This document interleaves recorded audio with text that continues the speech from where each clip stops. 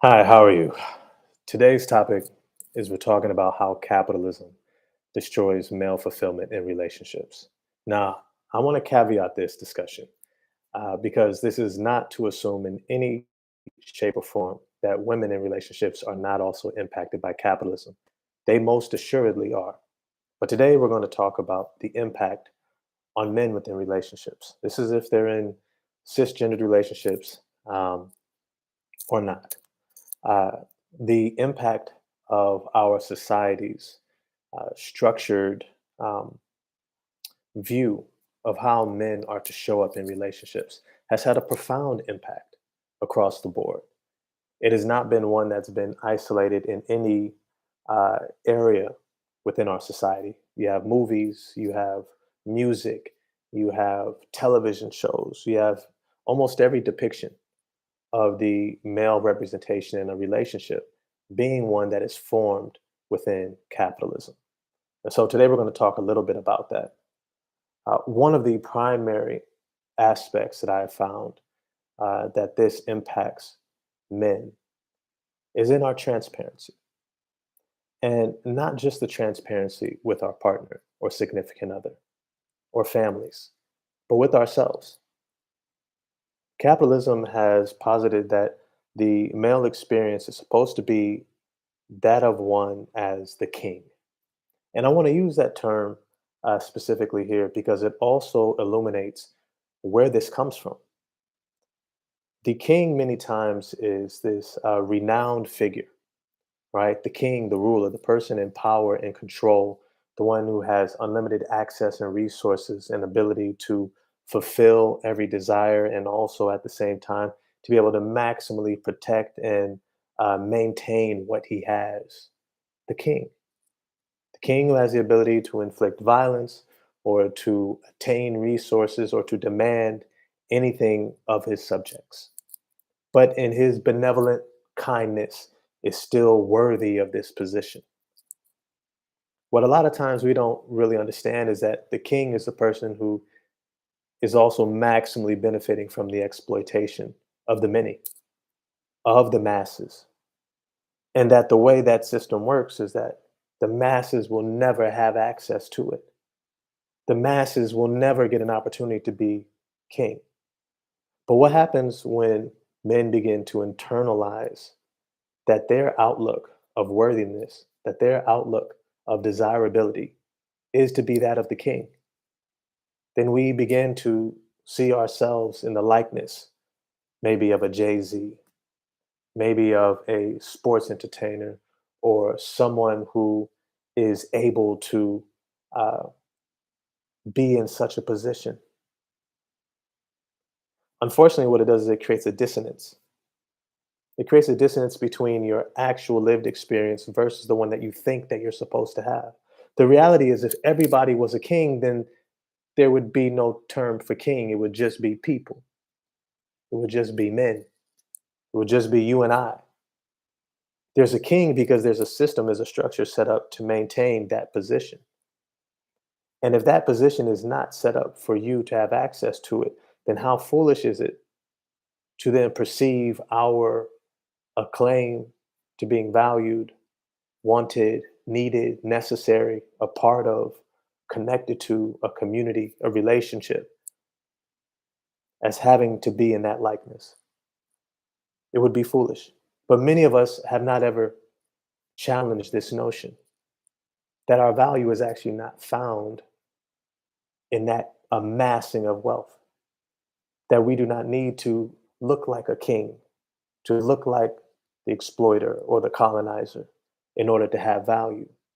But how this shows up in relationships is many times because we have internalized that image, we do things like not share our needs. We don't share where we're vulnerable. We don't share where we are insecure or where we don't have what we think that we need. We're not open. We're not transparent. And it's not just with our partners, but it's also with ourselves. We don't recognize that because I am limited, because I don't have maximal access to anything and everything, which is actually a good thing. that now requires that how I partner with someone to be in kind. Maybe I can't necessarily partner like the proverbial king who then goes out and seeks out the most beautiful princess. Maybe I have to acknowledge that I have certain strengths and areas of growth. I have certain abilities and skills and also opportunities to be cared for and supported.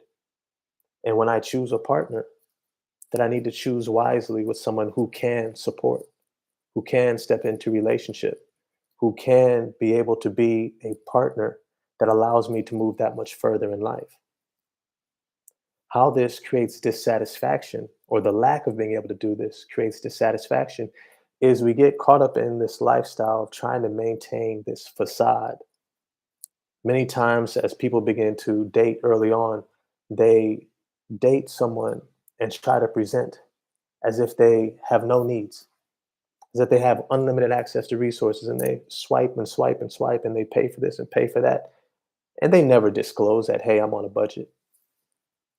They rarely ever say no and say, hey, I actually have some future plans. And these are my limitations, that I don't have this image to present to you, that I have this boundless, endless access to resources. And so when you begin a relationship in that way, when you begin to form it in that manner, it actually ends up creating a dynamic where that becomes the expectation, an expectation that we have created.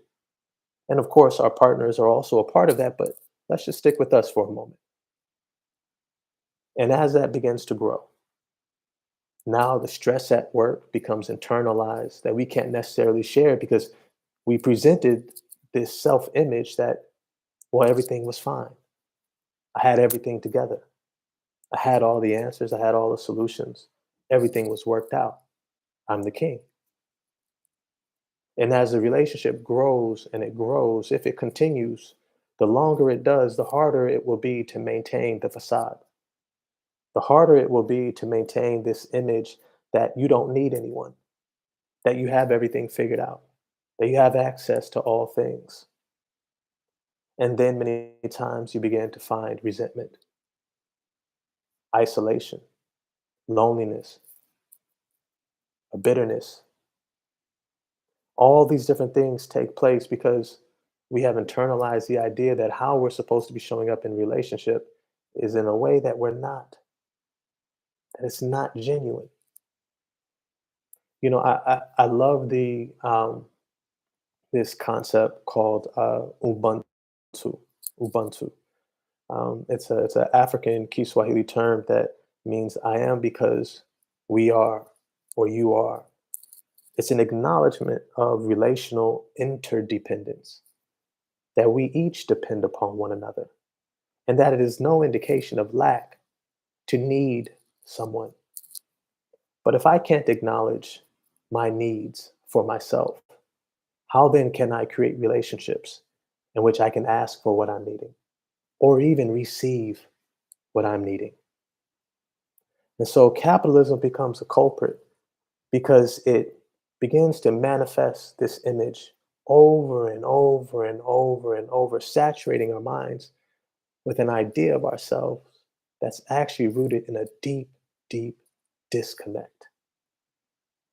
And as a result, our relationships end up becoming disconnected. But where it started is with ourselves. And if we're going to heal our relationships, it's going to mean that we become brave enough to begin to heal the relationship with ourselves first. I hope some of this landed for you. More videos to come. Please feel free to like, subscribe, share with those that you feel like it might be beneficial to, and also put some questions in the comment section. I'll try to get to them when I can. Take care and have a great day. Peace.